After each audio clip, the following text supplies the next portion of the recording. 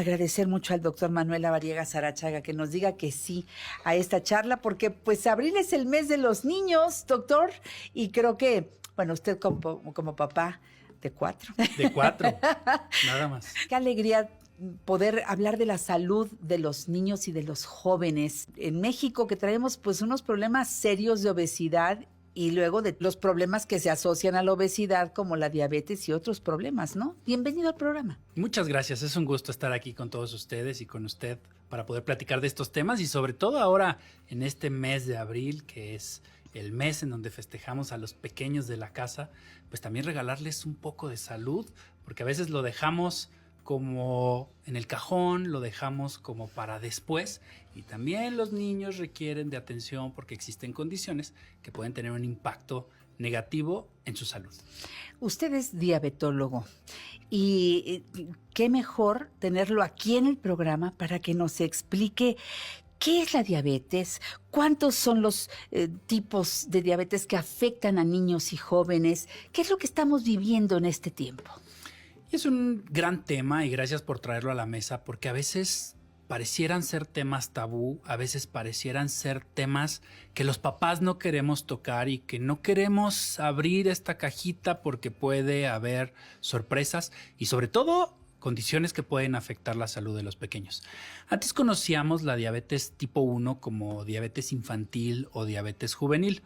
Hoy ha cambiado un tanto este paradigma y realmente la conocemos así como tal, como diabetes tipo 1. La diabetes tipo 1 es una condición en donde el páncreas del pequeño deja de producir insulina y esto genera que la glucosa en sangre aumente.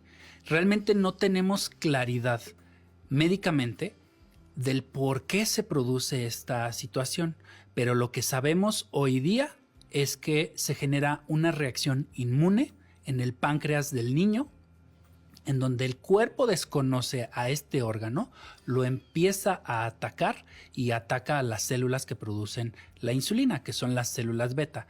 Por lo tanto, al no existir estas células, se genera una disminución progresiva hasta llegar a una disminución prácticamente total de la producción de la misma. ¿Cómo se detecta? Se detecta porque hay glucosas altas, pero fíjese, señora Janet, que esto es un punto bien importante. Regularmente en el hospital y en el consultorio vemos a niños que llegan con glucosas muy altas en una condición de presentación que se llama cetoacidosis diabética. Es decir, son glucosas arriba de 350 miligramos por decilitro, teniendo en cuenta que el valor normal de la glucosa es de 70 a 100 miligramos por decilitro, y son niños que llegan con pérdida del estado de alerta, es decir, inconscientes, tienen incluso cierto olor en la boca como a fruta, tienen sudoración, tienen una respiración muy rápida y esto es una condicionante pues de datos de alarma porque justamente ahí es donde los papás detectan esta condición de alteración del estado de conciencia, evidentemente se los llevan de inmediato al hospital y resulta que es el diagnóstico de diabetes tipo 1. Así es como comúnmente y de manera lamentable pues hacemos el diagnóstico de diabetes tipo 1 en los niños. Regularmente también tienen un proceso infeccioso asociado, una infección urinaria, una infección en la garganta no controlada y bueno, pues esto es lo que detona aún más que se disparen estas cifras de glucosa, pero bueno, así es como nos llegan al hospital o al consultorio. Y la 2 es la de que entendemos como de adultos. La tipo 2 es de adultos, pero vale la pena aquí hacer un paréntesis. Los hábitos que hoy tenemos los adultos son transmitidos a toda la familia o a todo el núcleo social o a toda la oficina. Entonces, si yo tengo malos hábitos de no hacer ejercicio, de alimentarme de manera no saludable, de generar aumento de peso progresivo, sobrepeso, obesidad, hoy día vemos a niños de 12 o 13 años que todo el día están en el videojuego, se alimentan mal, no hacen ejercicio, son sedentarios y entonces ya llegan con diabetes tipo 2 al consultorio, 12, 13 años con diagnóstico de diabetes tipo 2. Qué fuerte. Es fuertísimo. A ver, doctor, entonces aquí lo que hace falta, yo decía, ¿cómo prevenirlo? Porque pues todos quisiéramos, ¿no? Evitar que los hijos pasen por esto. Pero tendremos que empezar por esas consultas al pediatra. ¿Es el pediatra el que detecta esto en un momento dado? Sí, es el pediatra, el endocrinólogo, incluso el diabetólogo o hasta el médico general para poder hacer una evaluación integral del pequeño. Pero bueno, evidentemente los papás llevamos a nuestros hijos al pediatra y ahí es donde se genera esta posibilidad de sospecha y pues también todas las condiciones, digamos, de análisis, porque si tiene y si existe una condición incluso genética, ¿no? Aquí sí juega un punto importante la genética en la familia. O sea, es que hay mucha gente que tiene diabetes y no está diagnosticada. Y hay datos importantísimos. En adultos, de cada 10 personas que viven con diabetes, 5 no están diagnosticados. Ni siquiera sabe que lo tienen. Eso me refiero. Entonces siguen haciendo la vida, su alimentación, todo. Ni siquiera sospechan de ellos, menos todavía de los hijos. Claro, y yo creo que tiene usted razón en decir, podemos prevenir la diabetes tipo 1. No prevenirla porque es una condición genética, pero sí prevenirla para hacer diagnósticos tempranos. Eso. Porque podemos identificar signos y síntomas como mucha hambre, mucha sed, muchas ganas de hacer pipí. La poliuria, exactamente, polifagia, polidipsia. Y la pérdida de peso. Ah, también. Esas son las 4 P's que tenemos que identificar. Y a los chiquitos también les pasa. Entonces, si tienen mucha hambre, los bebés, los niños, y bueno, hablamos los bebés por los chiquitos en la casa, porque regularmente debutan a los 7, 8 años con diabetes. Pueden presentarse casos a edad más temprana, pueden presentarse casos a una edad un poquito más tardía, pero vamos a decir esta media, y entonces es importante identificar si está comiendo mucho, si está haciendo mucha pipí, si está tomando mucha agua, y algo que es bien interesante y bien importante analizar. Muchas veces los papás castigan a los chiquitos porque se hacen pipí en la noche en la cama. Sí. Y ya te enseñé que tienes que ir al baño, y no es una condición en donde ellos no estén yendo antes de dormir al baño, sino es porque tienen la glucosa alta, y eso puede ser un dato indirecto de diabetes tipo 1, así que tómenlo en cuenta. Todo eso es importante, todo eso se le debe reportar al médico. Todo esto se debe reportar, y también el médico debe de indagar, porque es tan voraz esta hambre en los niños que bueno, a partir de ahí podemos llegar a generar estas condiciones de prevención. Hoy día incluso ya tenemos estudios que nos permiten adelantarnos un pasito a la diabetes tipo 1 y poder hacer un estudio, vamos a decirlo, más molecular para poder verificar e identificar factores de riesgo. ¿Hasta qué edad hablamos de diabetes infantil y a partir de qué edad ya hablamos de diabetes juvenil? Es importante poder hacer un análisis específico de cada persona.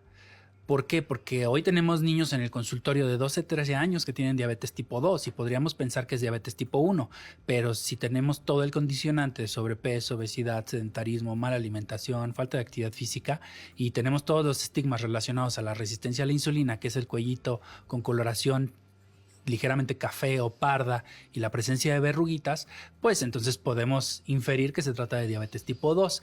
Pero si de repente el niño sano, normal, sin ningún antecedente, tiene esta condición que hemos platicado de presentación nocturna, sobre todo de pérdida de la conciencia, con sudoración, con respiración rápida, pues podríamos ya llegar a asociarlo más bien a diabetes tipo 1.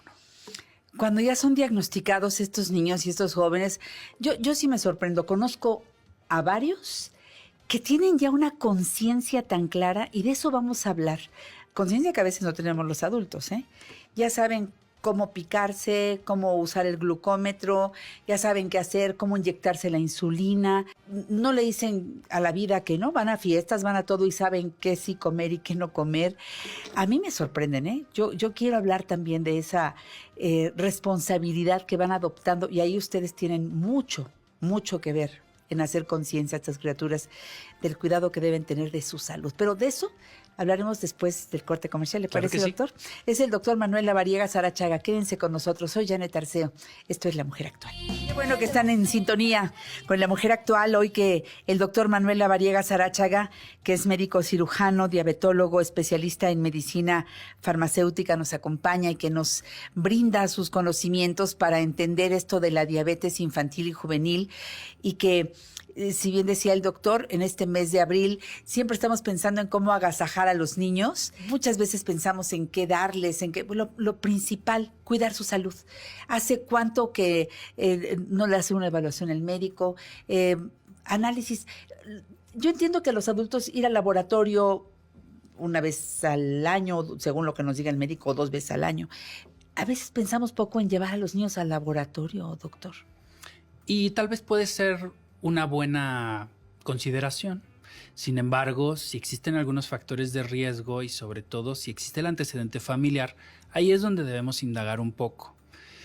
Porque lamentablemente los niños que son diagnosticados con diabetes en su mayoría se diagnostican en el hospital con complicaciones Eso como me estas. dijo, sí. Entonces por eso es importante pues tomar un pequeño espacio, una pausa, como para poder asegurar que todo está bien en casa con los chiquitos. Claro. Yo le decía antes de irnos al corte comercial que conozco a varios niños y jóvenes, lamentablemente, que tienen ya el diagnóstico de diabetes, pero su responsabilidad me llama la atención. Traen una bolsita y ahí adentro traen su glucómetro, saben cómo pincharse el dedo, saben aplicarse la insulina, saben en dónde inyectarse, aprendieron a comer diferente y no le dicen que no a la vida. Van a las fiestas infantiles y van a todo, pero saben que sí y que no. Sí, porque usted lo dijo de manera perfecta, que sí y que no y qué tanto comer. Uh-huh.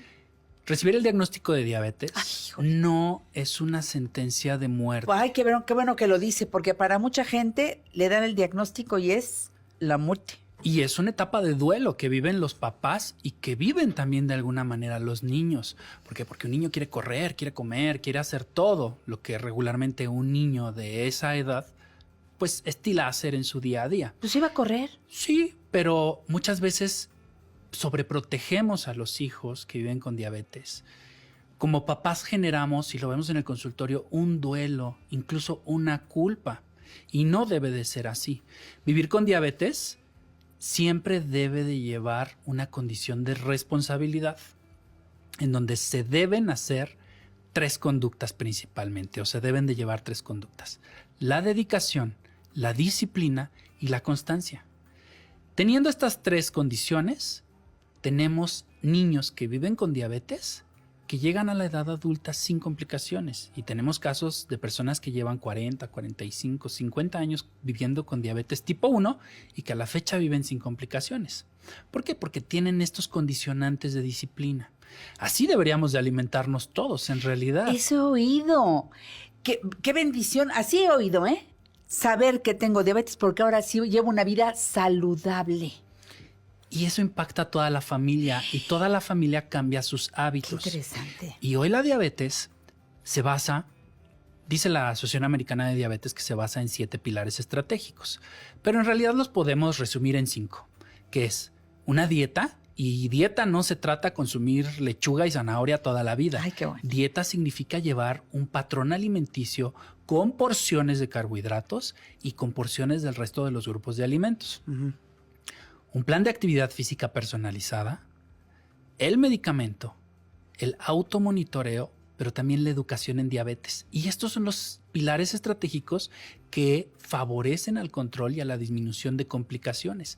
Y por eso estos chiquitos pues están muy puntuales, como dicen nuestros amigos colombianos, muy juiciosos, Uh-huh. es decir, muy atentos a controlar la glucosa con sus piquetitos en sus dedos, o incluso ya existen dispositivos electrónicos en donde ya no es necesario picarnos. Uh-huh. Y mediante un sensor hacemos estas mediciones del valor de la glucosa capilar, y con esto vamos coordinando nuestro día a día para poder asegurar que estamos sin fluctuaciones y sin riesgo de complicaciones, porque el tema de riesgo de la diabetes es el descontrol y el permanecer con niveles altos de glucosa durante mucho tiempo. Eso, esos picos, ¿verdad? Las oscilaciones es lo que conocemos médicamente como variabilidad glucémica, uh-huh, que nos generan el riesgo de complicaciones crónicas. Exacto.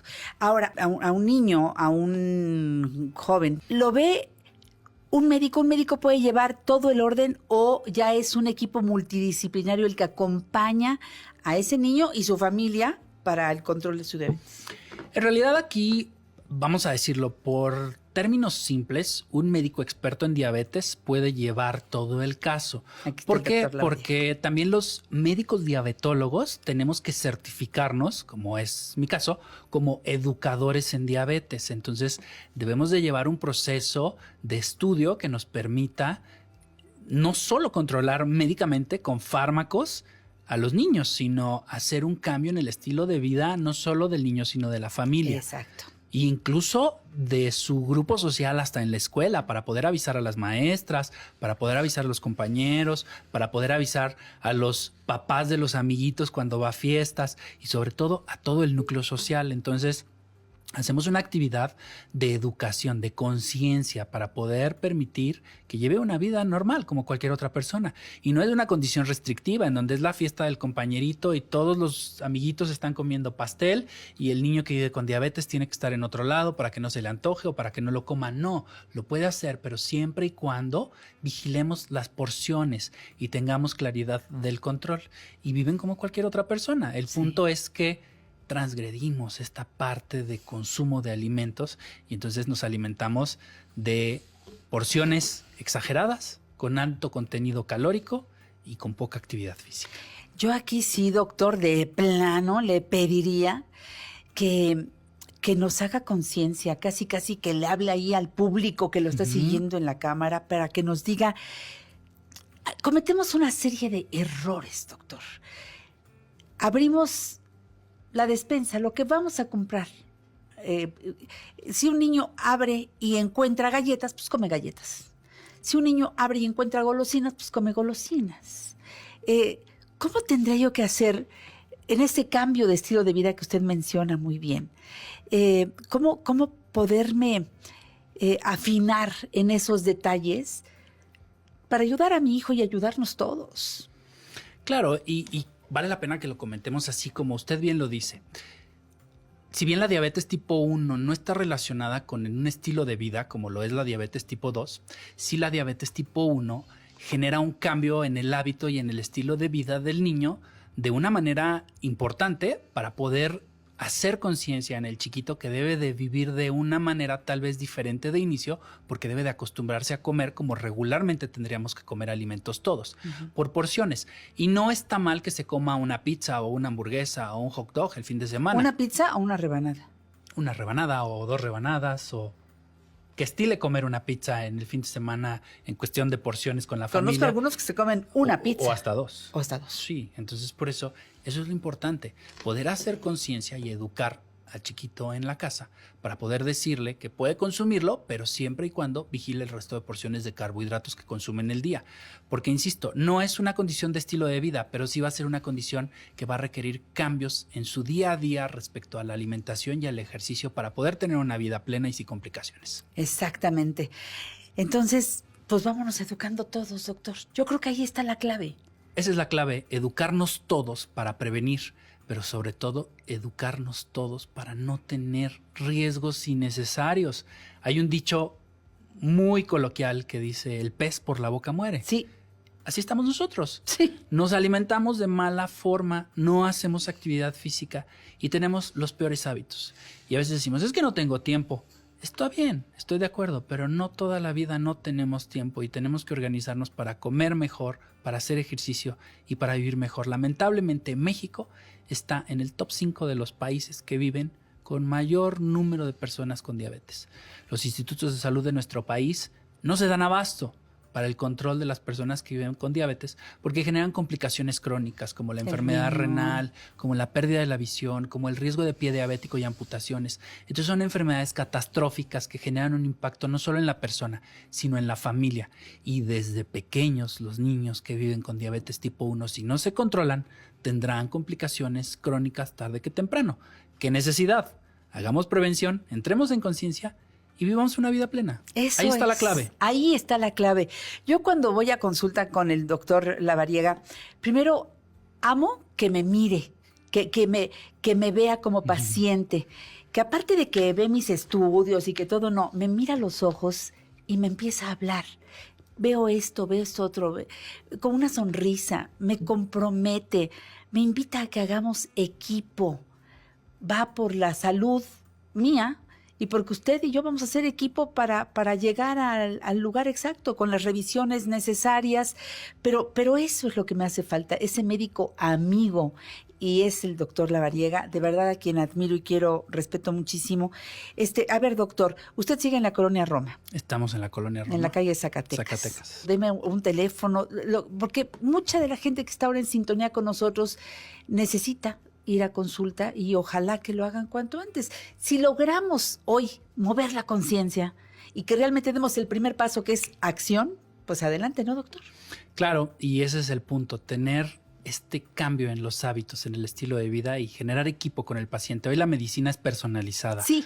Hoy la medicina está enfocada al paciente, no lo que pienso yo como médico, sino cómo hacemos ese tema de intercambio bidireccional y también de equipos multidisciplinarios. Si bien nosotros podemos dar el seguimiento de los pacientes que viven con diabetes, requerimos del apoyo de otros profesionales de la salud como nutriólogos, como psicólogos, incluso coaches que pueden llegar a favorecer, a controlar de mejor manera esta condición crónico-degenerativa que, bueno, si bien la diabetes no se cura, sí se controla.